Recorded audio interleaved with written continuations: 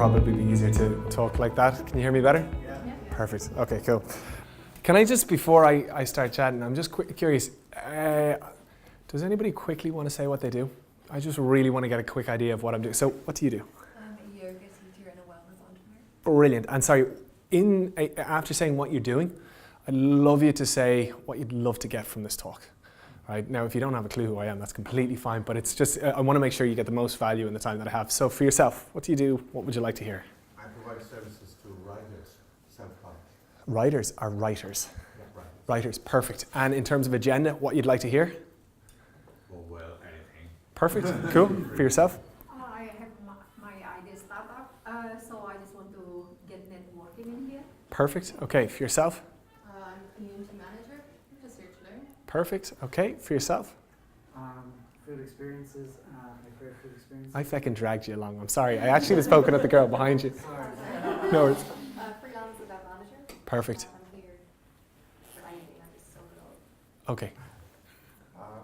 We develop software development teams. Yeah. So yes, we would like to get ideas about the events and. Perfect, okay. And yourself? Yes, I'm just here to learn as well, I guess, and I work, I suppose, in event publishing and content creation. Perfect. Okay, no, I just think it's really interesting. When you're asked to speak, it's a real honour, and thank you. Thank you so much for having me in. Especially so after, I'm just off the back of hosting an event. It was called Fresh Resolutions. It was on January 5th in Dublin Castle, and it's centred around complementing people's New Year's resolutions. At the start of the year, people have their highest aspirations for themselves. They all set these New Year's resolutions, and sure, like all of us, a couple of weeks in, we kind of fall a bit flat on our face. But at the start of the year, people have the highest wants for themselves. They're most excited about the year ahead. And as an event promoter or host, there's a really interesting timing. So anybody that hosts an event knows the value of timing. And coming in at that time when people have their highest wants for themselves and creating an event that will complement that it's a really special, it's a really beautiful thing, and it was a really proud coming together for me, because in events, very frustratingly, if you want to create something, I think something special, you have to host a couple of events to get you there. And those events to get you there might not necessarily be that special, and you might not necessarily be that proud to host them. But the fact of the matter is, they help you build experience, they help you build network, they help you build contacts, they help you build sponsors, partners, all that ultimately get you to the point where you can show yourself off, where you can deliver what it is that you want to deliver. And Fresh Resolutions for me on January 5th was exactly that. And it was lovely. I invited my family, I invited my friends, and I just felt so proud. And you gave me an opportunity to talk about it afterwards, which is brilliant. And it's great that this is filmed, because I think it's amazing immediately after an event how fresh the lessons that you learned are, how much value you can give to others. If I was talking about this event in 6 months, I'd forget about the nitty gritty things that will either set you up for success or trip you up. So it's great to be here. Great to start about that. I'm going to talk about Fresh Resolutions. To give a quick background on myself, I'm 31 now. When I was 15, 16, I was a shit kid to have, in that anytime my parents would go away, there was a house party. And when I got to college, I was in boarding school. When I got to college, I had such high expectations for what college life was going to be. And I got to college, I was in UCD. It didn't quite live up to the expectations that I had, but to be fair, I literally watched like Road Trip and American Pie and Animal House on rerun every Saturday night, locked up in an all-boys boarding school. So my expectations were crazy. And anyway, rather than going without, I started hosting parties. Initially in my back garden until we got kicked out of there, and then in the local clubs. It was all through social media. Fast forward 4 years, I was hosting 30 parties a week, all across Ireland, north and south, entertaining about 20,000 students. I love events, and I always host the events that I want to go to. So, you know, there was a lot of frat parties. I was 22 at the time. I went to EOS. There was a wet t-shirt competition. I probably hosted about 100 of them afterwards. A little bit cringy, a little bit shameful, but it's interesting that probably one of the biggest lessons I learned is that if you host the events that you want to host, you want to go to yourself. You're at a great starting point. I think oftentimes a lot of people, they host events and they get carried away with their ideas. And actually after they host them, somebody will turn around and go, who would actually want to go to that event? They get carried away with an idea. And so actually one of the most important lessons I've learned is think about the consumer first. It was easy when the very consumer was myself. And in college, whether you like it or not, you try to be as unique, but ultimately you fall into a whole pile of averages. But it is something I think really, really important. Think about the consumer and make sure it's an event that you're proud of, that you would want to go to yourself, or if you were in your target market, you see value in them going to.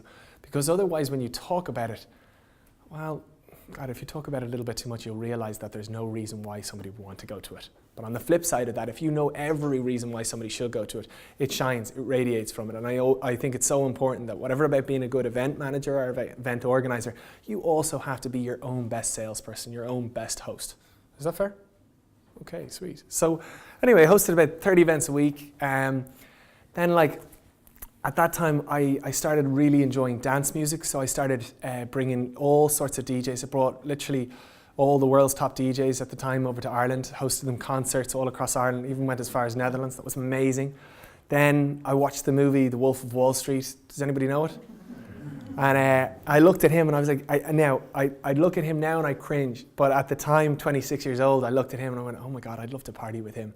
And my way to do that was, well, if I get in touch with him and if I host him for a conference, I imagine there'll be a lot of demand off the back of the movie, and we'll go for drinks afterwards and have some fun. So I brought him over, hosted him in the RDS to 3,000 people, went for a few drinks, and it's like all things, when you meet somebody that you look up to in a movie, it's never what it should be. But anyway, I did a load of other stuff, set up a social media agency, set up college times and teen times, I sold them, the social media agency is called Leading Social. We work with a lot of events, promoting them through social media and selling tickets for them through social media. I took a break from events for about 3 or 4 years, and then I got the agency to a point that I could kind of step a little bit back and play into my passion space. I love events, and I think for anybody here who's in that space and actually similarly loves them, there's a serious buzz. I think there's only a certain type of people that are crazy enough, odd enough to appreciate the emotional roller coaster and financial roller coaster that events will bring you on. But for me, it ticks a lot of boxes. So anyway, my first event coming back after 4 years essentially of not doing any events was Fresh Resolutions. And I always had this name in my head, Fresh Resolutions. Fresh Resolutions actually 10 years ago, or 9 years ago, was a junior disco that I hosted in the Leopardstown Pavilion for 1,500 kids. I thought the name made a lot of sense. New Year's Day, the first day of the year, Fresh Resolutions. For me, when it comes to an event, the timing is so important, the name is so important. I think that helps you a hell of a lot.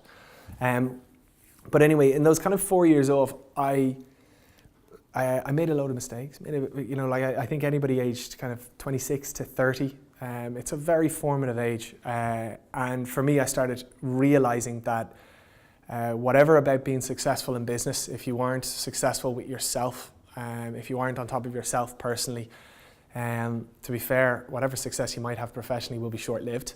And actually, as much as you kind of distract yourself with everything outside, actually looking into yourself, there's so much to gain. There's so much excitement and adventure just taking a bit of time out to find yourself. So anyway, I became really interested in this space, and I, similarly speaking, became really interested in goal setting, in inspiration, and all that. And basically, when it came to Christmas, I kind of kept setting these goals of, I'm going to do an event. I'm going to get back into events. And I kept setting goals and all that, and realizing anyway, long story short, that this is the time when everybody thinks about what they want to do. They set their aspirations, they set their goals, they set all their wants. And anyway, I kind of got through a bit of a mad period, and I had this name in my head, I had this time in my head, and I started planning Fresh Resolutions. So the thing I think, if anybody here is hosting an event, kind of what I touched on at the start, is that whatever idea you have for an event, however you see it in your head, that's probably the event in its third or fourth year. And that's a really interesting thing, because I think a lot of people, when they host events, they host the event in year one. They host a year 5 event in year 1, essentially. And they don't break even, they disappoint a whole load of people, and they end up making a bit of a mess of it and getting very, very disheartened, and then maybe stopping. For me, when I'm thinking about an event, I think about it over 4 years. And the event that I want it to be is the event in year 4. And I take a couple of, I suppose, steps back from that, and I say, okay, well, if I hosted this event in year 1, it would set me up and enable me to host this event in year 2, which would set me up and enable me to host this, and so on and so forth. I think that's something that so many people miss. Now, for me, everything I've done, it's self-financed, so I don't get a chunk of cash and throw it in. And a lot of the stuff is done very, very personally. And I think, when it comes to these lofty ambitions for events, people forget that you have to have serious experience to do everything. You're involved in sound. You'd realize that even the simplest things at events can go wrong, and sound is such a sensitive part, but you don't realize that until you've hosted 2 or 3 events and you've messed up the sound side of events. So for me, it's so important to scale back and build. Fresh resolutions last year, was in the RDS, and it was, to be honest, I had an idea of what I wanted to be, but it was a complete mess, looking back on it.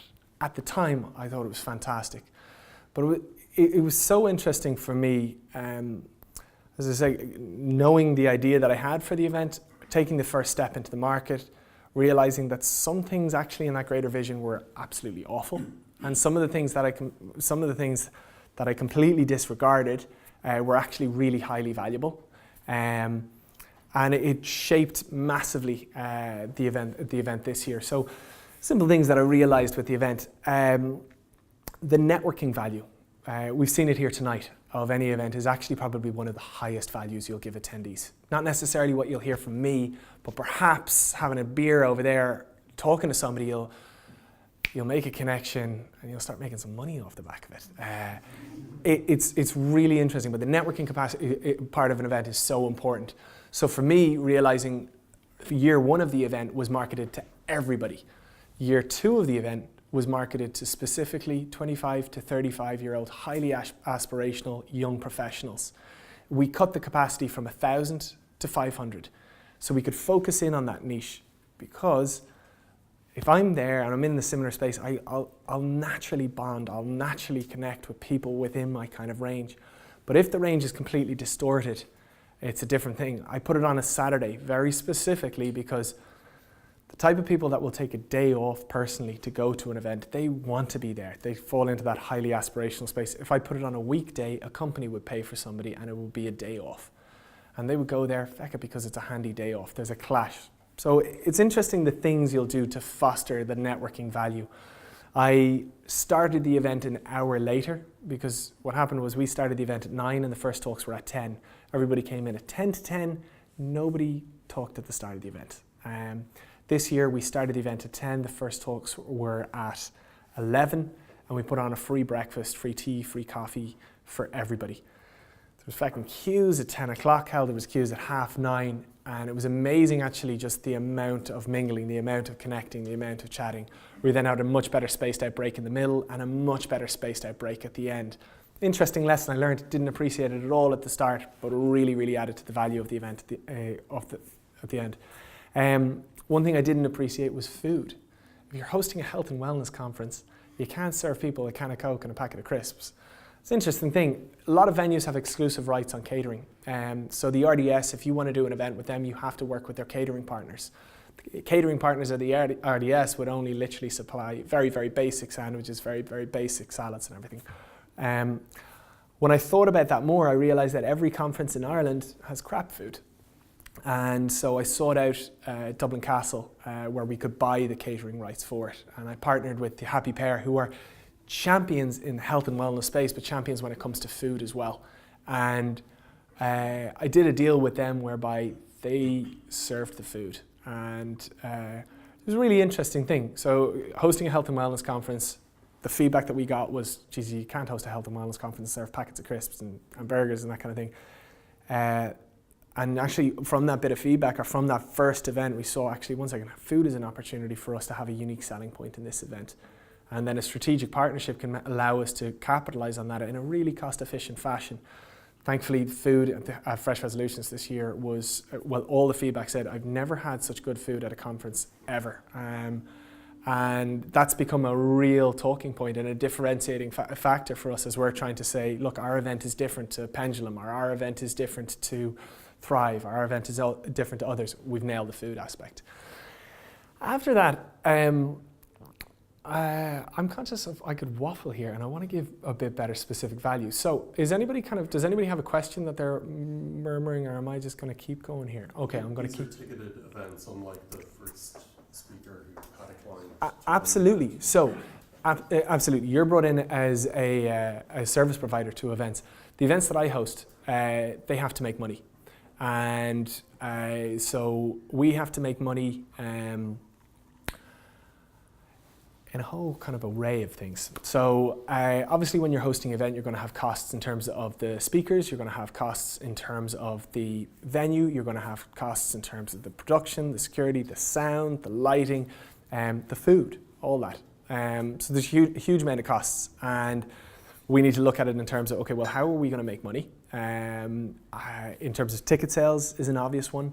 Partnerships is a really interesting one, because people think, somebody will pay to be there, but also as well, sometimes in being there, they'll reduce a cost.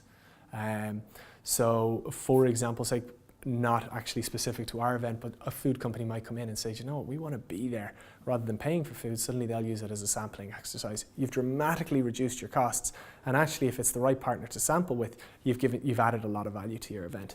So it's a really, really interesting thing when you're such a promoter, in our case, where you have to create something that people really, really want to go to. So with that, you have to create lots and lots of value, but you have to balance that in terms of the revenue that you're going to bring in. So you all the time have this kind of almost balancing exercise of, this is what we want to do, but this is how we're going to pay for it. And in that space, that's why I thought it was so important to touch on, if you're thinking about events like that, never, ever, ever jump in at the event for how you want it to be. As I said, that's it in year 4. That balancing exercise will allow you to, I suppose, scale to there if you're thinking it over year 1, year 2, year 3, year 4. Does that make sense?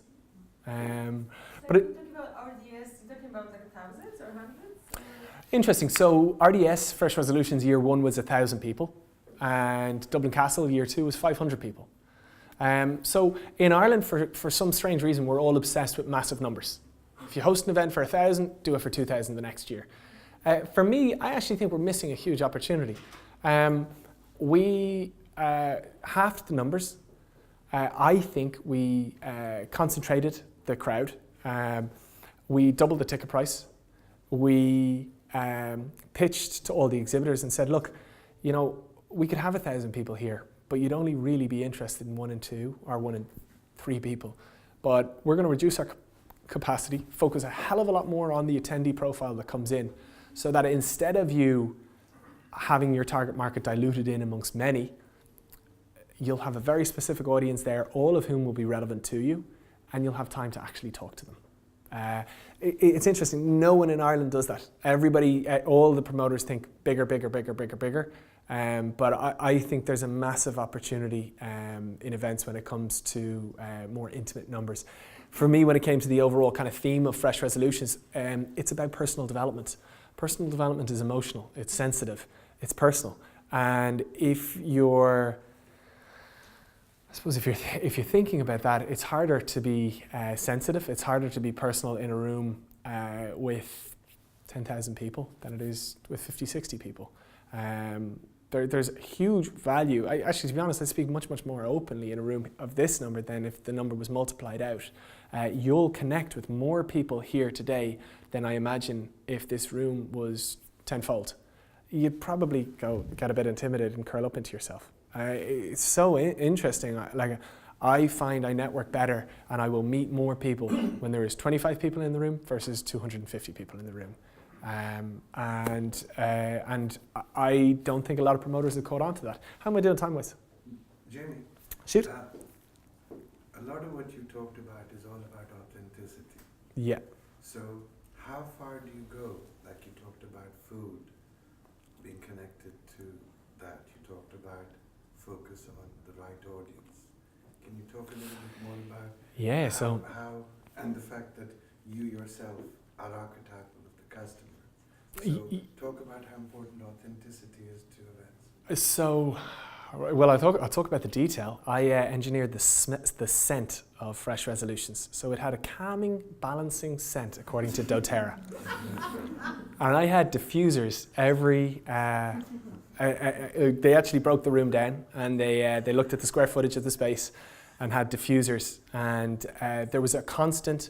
Sorry, not a constant. There was a balancing scent put into the air, and then I think every hour it changed from balancing and de-stressing to mind broadening or something. If you look at doTERRA, anyway, they have different scents. But we went to that.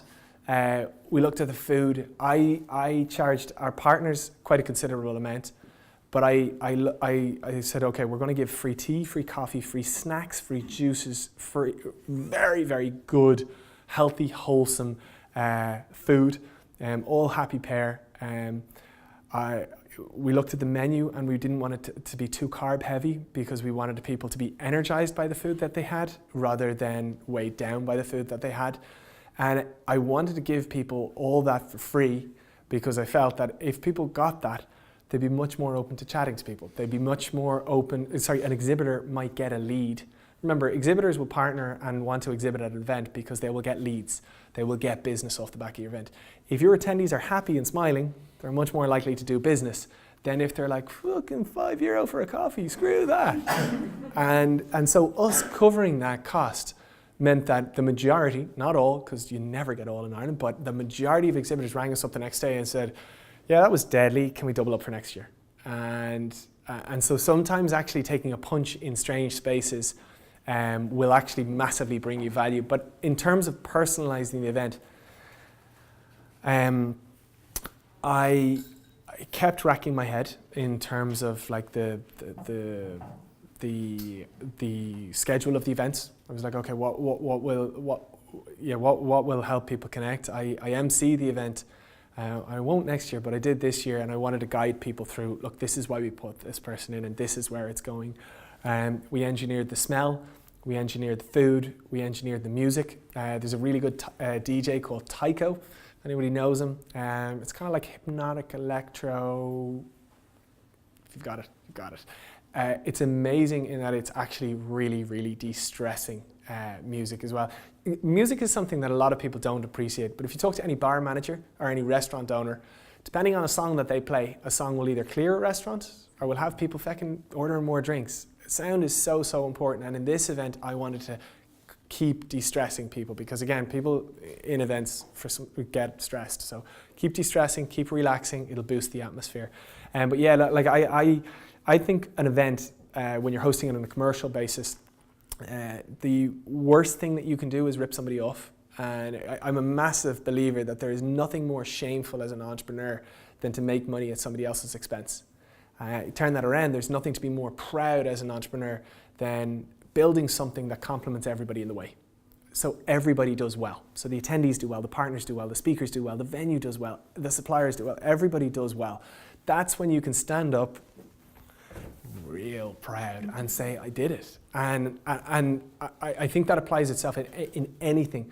I go out with a girl from America, and I asked her to talk to me about her friends that are successful.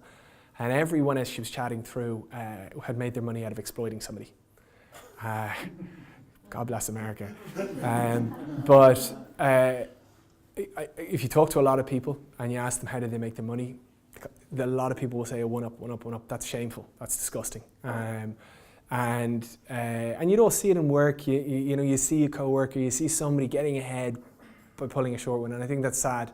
Whereas for me, when I was thinking about events, I actually remembered back to some of the events I threw, which were definitely exploitive, and were definitely selling people short. And when I thought about Fresh Resolutions, I was like, I want to host an event that will really, really bring value to people. That when they come to Fresh Resolutions, that will set themselves up for success. They might not necessarily like it the day of because it's quite a lot to take, but 5 or 6 months on, they'll look back at that and go, that was a pivotal moment where I made this decision that's complemented me this way, or it opened my eyes to this. And so for me, when I thought about events, I thought, okay, I want to host events that complement everybody that comes in contact with them. That for me is the definition of success. And so with this event, when you invite somebody in, I suppose you want to tick as many boxes as you can. And I think I think we've got something really, really special with Fresh Resolutions. Prior to that I hosted Fresh Resolutions at the start of 2018. I then went on and hosted another event. It was called the Start Summit. It was all about helping entrepreneurs get going in business. Not in the way that a lot of government events do, where, to be fair, they're just like, hire more people. I was like, no, I want to let people know what they're getting themselves into. Almost the theme for the day was forewarned is forearmed. And we did the same kind of thing with it. We learned a lot, obviously, going to Fresh Resolutions this year, but again, it was built on that idea of everybody will do well from it. And I think it set a lot of people up off the back of it. But then we've got the Start Summit. Our next event is called Career Growth 101, and it's all about getting in touch with yourself and figuring out what actually is your path career-wise. Once you realize that, getting noticed, getting recruited. If you've got your job, if you've got the opportunity for an interview, interview skills, negotiation skills. I wish people taught me how to pitch for whatever salary point I want or whatever fee I want. It's not done enough. So that's one of the key parts of this. And then once you're in the door, how to thrive in a working environment, to navigate a bit of the bullshit and a bit of the tough. So communication skills, presentation skills. It's all about learning how to get the job you want and get promoted to 5 to 10 times in a year. And for the right partner, it's a recruiter's dream. But I think that serves a really, really big purpose. And then the next event that we've planned is called the Personal Finance Summit. It's all about financial wellness. Because for so many of us, we don't want to talk about pensions, we don't want to talk about budgeting, saving. But if, as a promoter, we make it cool, that will make a life-changing effect on somebody. And if we can help people get on top of their money, as I said, that will have a massive effect. So all these events are built very much kind of based on gut instinct, backed up then by market research in our target market. And when we surveyed about 100 25 to 35-year-olds, and once they told us that they were all really interested in sex and drugs, we got to personal development, professional development, career growth, entrepreneurial pursuit, and financial wellness. And so we've built those kind of anchors. The business is called the University of Life. We're in the middle of rolling it all out. If anybody has any interest, I hate that I have to leg it out now, but if anybody does have any interest, any follow-up questions, I'm just literally like at Jamie White on Instagram or jamie@jamiewhite.com as an email. Do let me know, and if you have any interest, feel free to get a shout, or if you see any opportunity that we've missed or something, I'd love to get in touch. I think I'll be in touch soon. But is that okay? Is that all right? Thank you for having me. Thank you so much, guys. Thank you.